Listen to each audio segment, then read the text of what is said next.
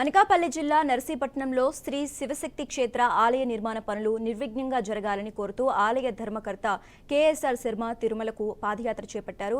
చిక్కుడుపాలెం గ్రామం నుంచి తిరుమలకు కాలినడకన వెళ్తున్నట్లు కేఎస్ఆర్ శర్మ తెలిపారు. గతంలో కూడా 2 సార్లు కాలినడకన తిరుమలకు వెళ్లినట్లు చెప్పారు.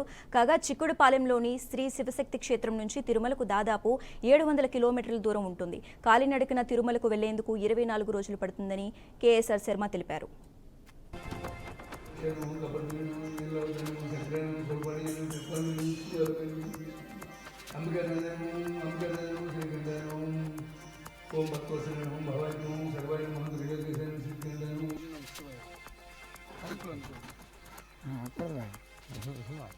గోవిందా గోవిందా గోవిందా గోవిందా గోవిందా గోవిందా గోవిందా గోవిందా గోవిందా గోవిందా. నిజంగా జరిగింది. అక్షరాలు నిజంగా జరిగింది. ఏకాదశి అంటే తొలి ఏకాదశి, దీన్నే శయన ఏకాదశి అంటారు. ఈ సందర్భంగా ఇక్కడ కొన్ని కార్యక్రమాలు నిర్వహించి తలపెట్టాను. ఆ కార్యక్రమాలు జయంగా పూర్తవ్వాలి, శీఘ్రంగా పూర్తవ్వాలని ఉచిత పేదల కోసం ఉచిత ఆసుపత్రి, మందులు, టెస్టులు అన్నీ కూడా ఫ్రీగా చేసి, మందులు ఫ్రీగా ఇచ్చి, వైద్య పరీక్షలు ఫ్రీగా చేసి, వాళ్ళకి వైద్యం కూడా చేయిద్దామన్న సంకల్పంతో ఉచిత ఆసుపత్రి నిర్మిస్తున్నాం.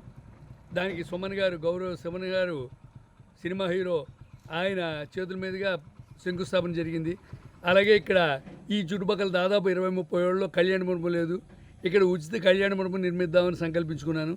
అలాగే ఇక్కడ శివ పంచాక్షరి స్తూపం 5 కోట్ల నామాలతో ఓం నమ శివాయ రాయించి, దీన్ని శివ పంచాక్షరి పంచకోటి శివ పంచాక్షరి నామలిఖిత యజ్ఞం అంటాం. ఈ యజ్ఞం నిర్విఘ్నంగా జరగడానికి వీటన్నిటికి గాను తిరుపతి పాదయాత్ర చేస్తున్నాను. ఈరోజు బయలుదేరుతున్నాను. సుమారు 23 రోజులు 24 రోజులు పడుతుంది.